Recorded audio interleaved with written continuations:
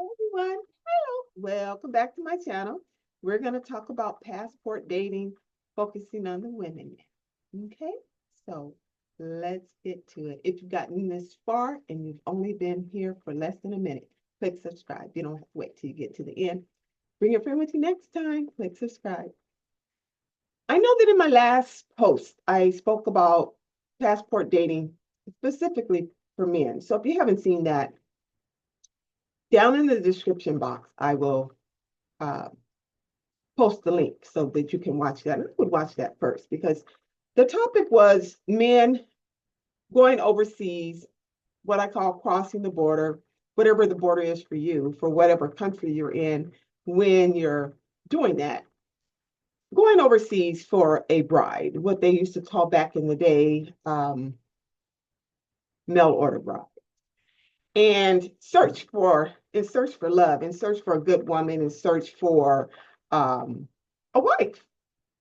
And I addressed that saying, can't you not find her here? Why you gotta do all that? Because you gotta be responsible for that person financially too. We don't play with that. Oh, why are you doing that?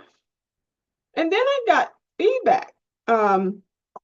It's not just guys doing this, it's women doing it too. Well, I know that, but the popularity of that piece at the time was focusing on men. And so that's what, so this part two, gonna level the playing field and focus on women that are doing it and what could be some of the motivations for a woman to do that.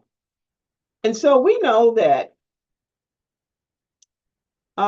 we're all, as we adult up, and even early adult, we're all sexual creatures and we have our desires. And it seems like nowadays it's more liberation to speak openly about those desires. I mean, technology has just made everything possible. Even the privatization of things that should be personal, like therapy and mental health, it just made it so openly. And while I'm okay with people feeling comfortable and not being embarrassed about certain subjects, this is me speaking. I still feel certain topics should be private or should be excluded between you and someone you really do know. Like, you're not airing this out on the internet, like seriously. Um, and for me, this is me speaking on myself. I have a window. I mean, everybody I meet is a friend. I'm gonna make you a friend.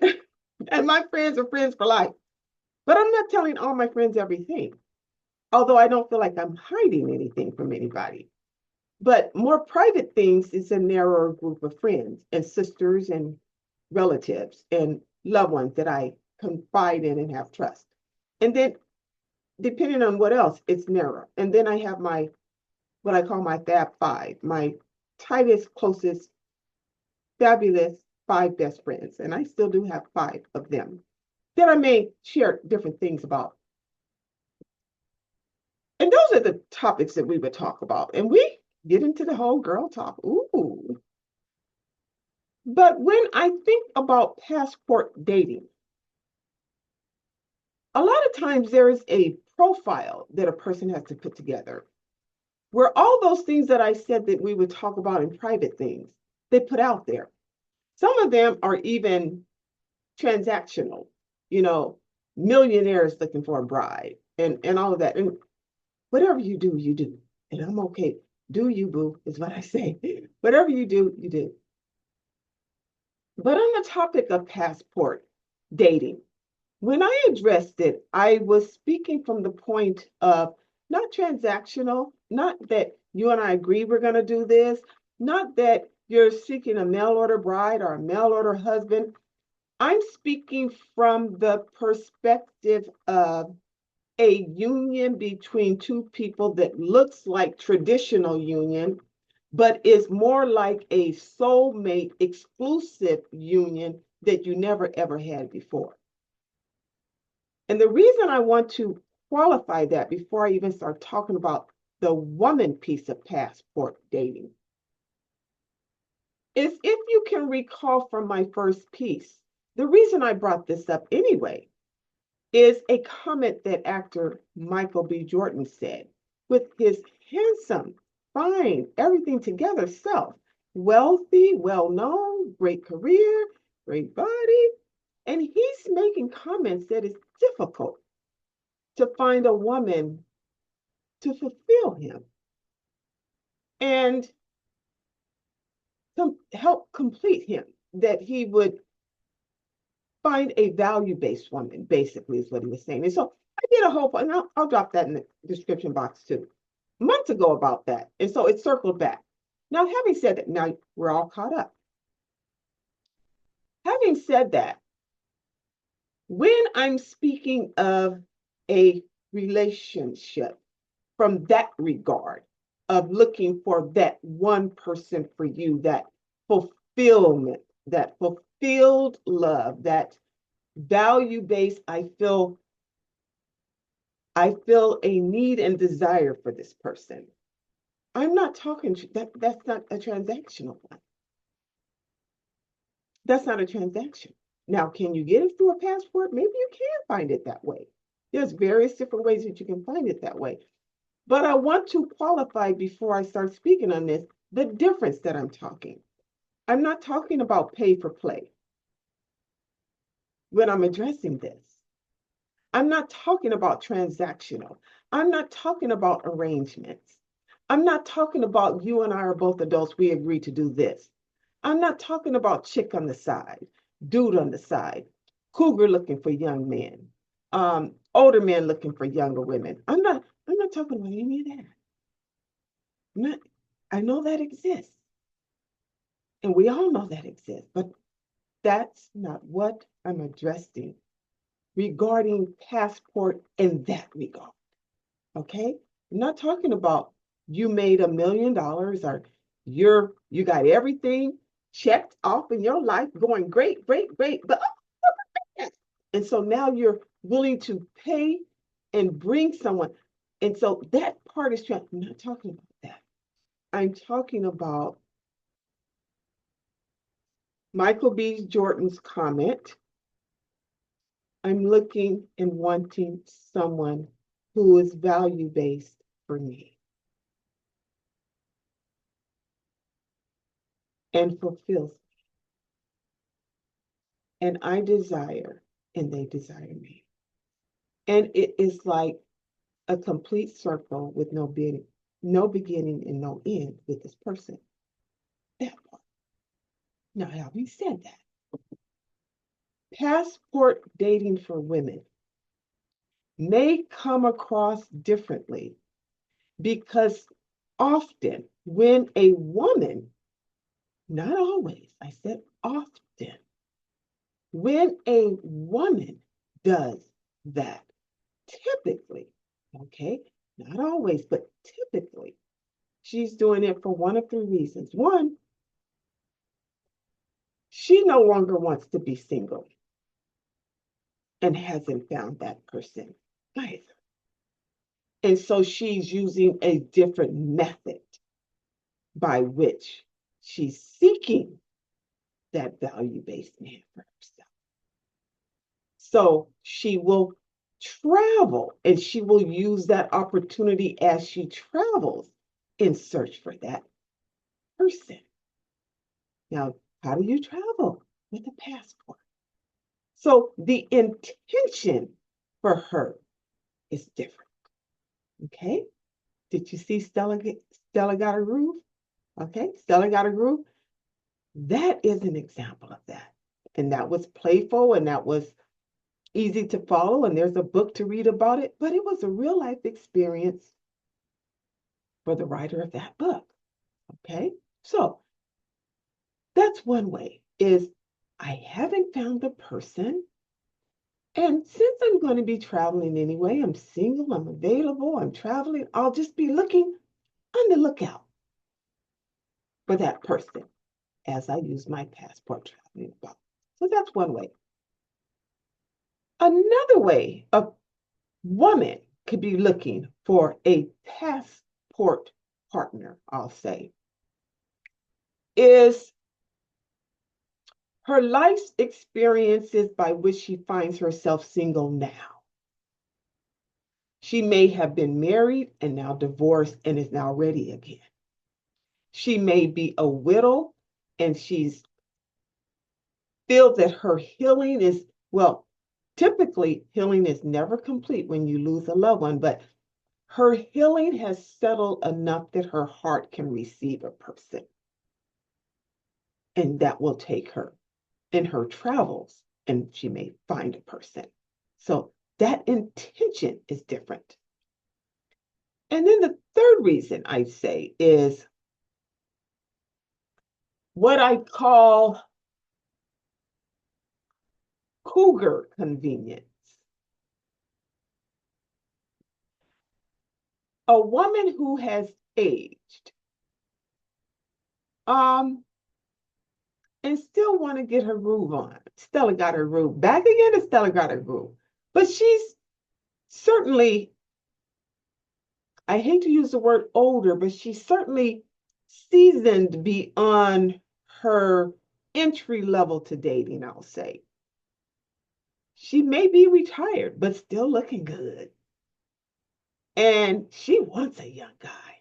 Now, the example I'll use of that is Gladys Knight, the singer Gladys Knight, who is very much enthralled with a younger person. I think 30 years her senior. Now, I didn't look that age difference up, but didn't even realize I was going to use hers because I don't use notes when I collect myself before I start recording and think things come to me as I speak. So I didn't look that up, but I know that he's much younger, and I want to say 30, 35 years. And oh, what a time she's having with him. And she speaks in interviews about how he makes her feel so young and so vibrant. And when she speaks of him, it's like electricity. That these are my words.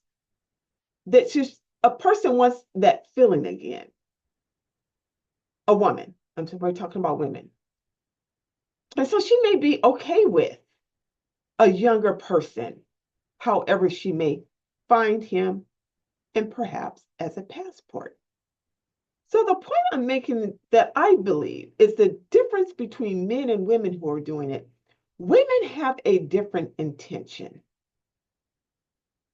Now, men may want the same things, but women carry a different intention for the union. And typically, the pay for play arrangement for a woman who is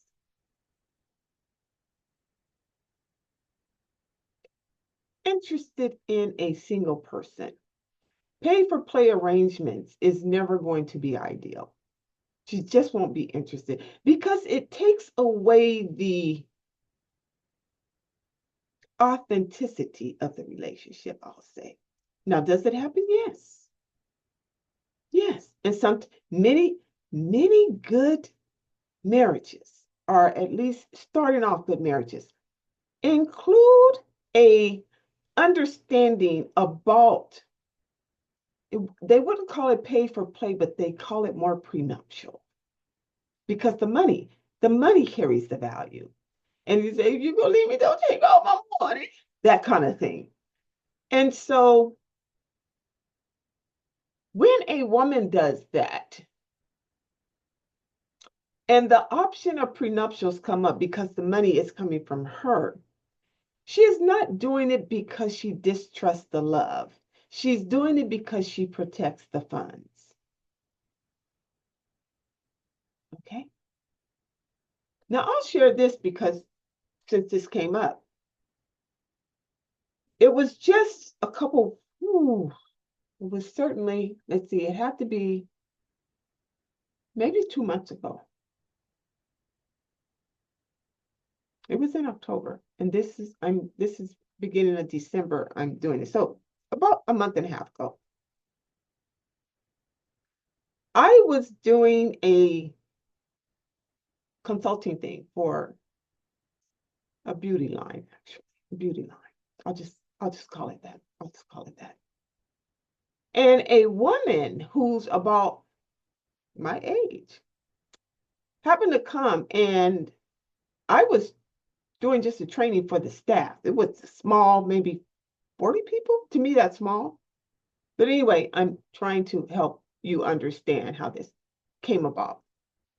And the woman comes, and she wasn't a part of this, but she was in the back, but she could see and hear me launched ahead of her, where she was standing in my training.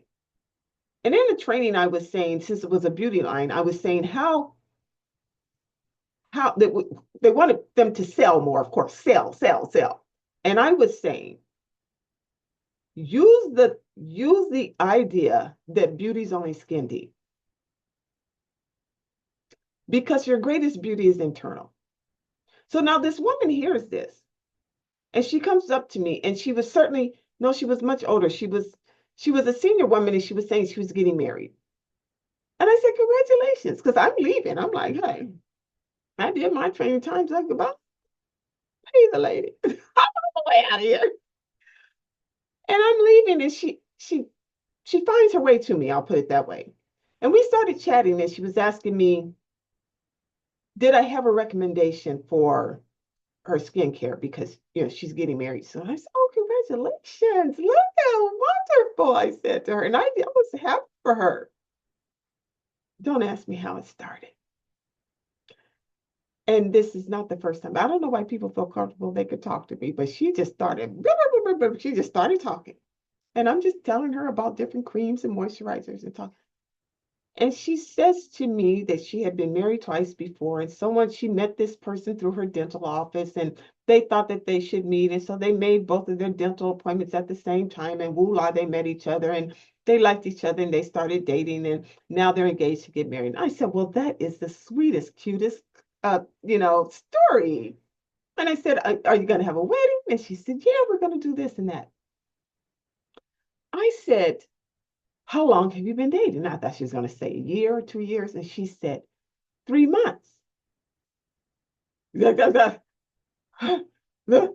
business, it's not coming.